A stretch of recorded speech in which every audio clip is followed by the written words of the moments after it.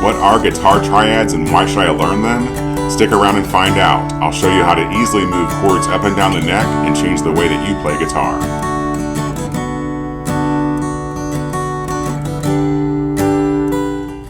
Welcome back to Relax and Learn Guitar. I'm Kevin and this is Maggie May getting her YouTube treats. My wife Vicky's behind the camera. Hello. Let's get started on this great lesson. So in the past I've done a lesson on triads that folks seem to enjoy. It goes into some detail about triads on the first string and naming them that way. If you'd like to check out that lesson, Vicky will leave it in the link in the description below. For this lesson, we're going to focus on two more triad shapes. These are going to be based around the second and third string of the guitar. We're going to learn one major shape and one minor shape. Now the cool thing about triads, and just kind of boiling it down, there's some music theory here, but a triad is simply a 3-note chord. That chord is made up of the first, or the root, the third interval, or flat third if it's a minor, and the fifth. So the easiest thing to remember is triad is 3. There's 3 notes in these shapes, and the cool thing about them is once you kind of understand how to move them around the neck on your guitar, they're really easy to incorporate, and it's really a game changer. For me, it really kind of takes you from that more beginner level starting to go into the intermediate world. So for the first triad that we're going to learn, this is a major shape triad. It's based around the second string. So one thing that's super helpful is knowing the notes on the fretboard. And if you are not there yet, you can check out this lesson. We'll leave it here and we'll also put it in the comments below. And it's a lesson that shows you how to easily memorize and learn the notes on the fretboard. Important here because we're only going to learn one shape. We're just going to move that shape around. Moving it around, it helps to know the name of that chord. So this is the good old humble open D shape. So we have index here on the third string, second fret, your middle finger on the first string, second fret, and your ring finger on the second string, third fret. Those 3 notes. Now this triad is built around the second string, so we're going to need to know the notes on this second string. Amazingly, when we play it here in the most common open chord shape, this second string, third fret is a D note. So that's how we know there's a D chord, that's the root of the chord. Move it up to the 4th fret, you have an E chord, D, E. Move it up to the 5th fret, you have an F, 7th fret, G, and so on. So, and you might recognize that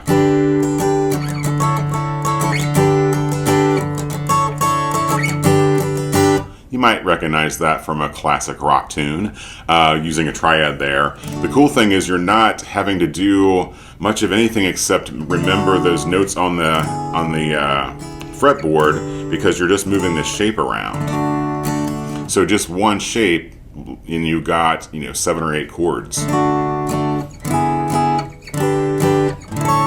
So just practice having that D shape and moving it up and down the neck. I'm going to give you a chord progression here at the end, well, sort of the end, once we talk about the minor shape next. The second shape we're going to learn is a minor. So this is a major. It's a 1, 3, and 5 interval like we talked about.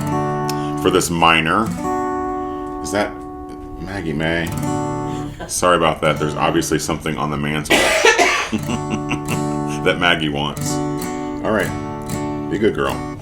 So for this minor shape, we're going to be again 3 notes. It's the we're going to do a B minor here first, and this is helpful to kind of learn the bar chord shape. So in that first lesson I referenced, that'll be down below for you to click and watch, we really talk about bar chords and playing part of that bar chord. Same thing for this B minor chord. So a B minor bar chord looks like this.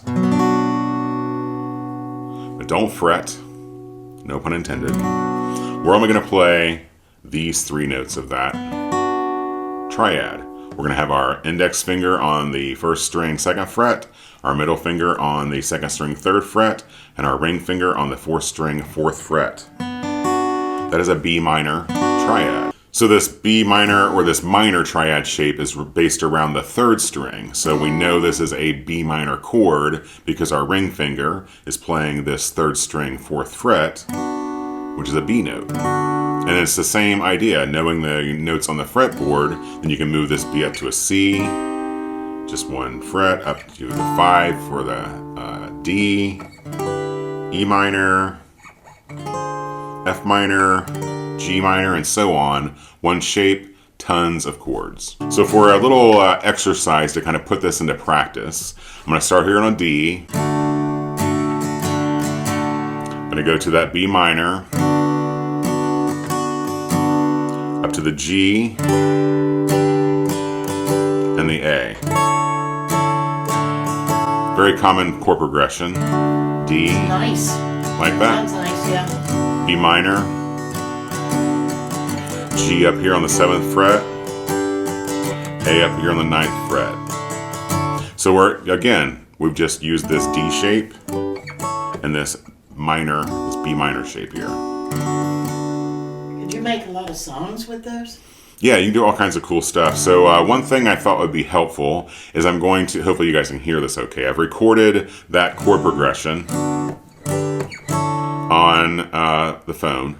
We're going to play that back, and I'll show you how maybe one guitarist will be playing this chord progression with this nice low note register.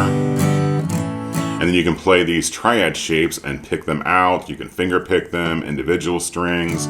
I mean, it's a limitless thing. Just use your imagination. And I'll show you here what I mean. So here we go. Should have unlocked the phone first. All right. All right, here we go. So it's a D shape, the B minor, and G and A.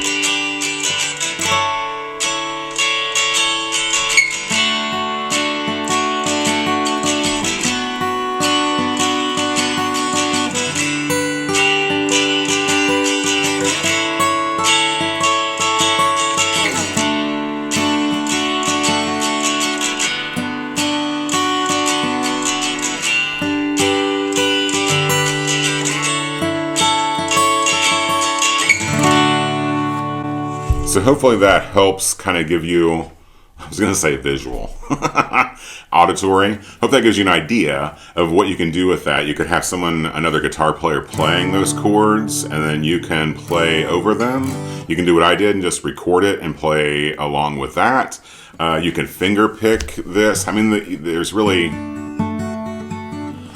endless possibilities, which is why I like the guitar so much. There's always something to kind of learn and do with it.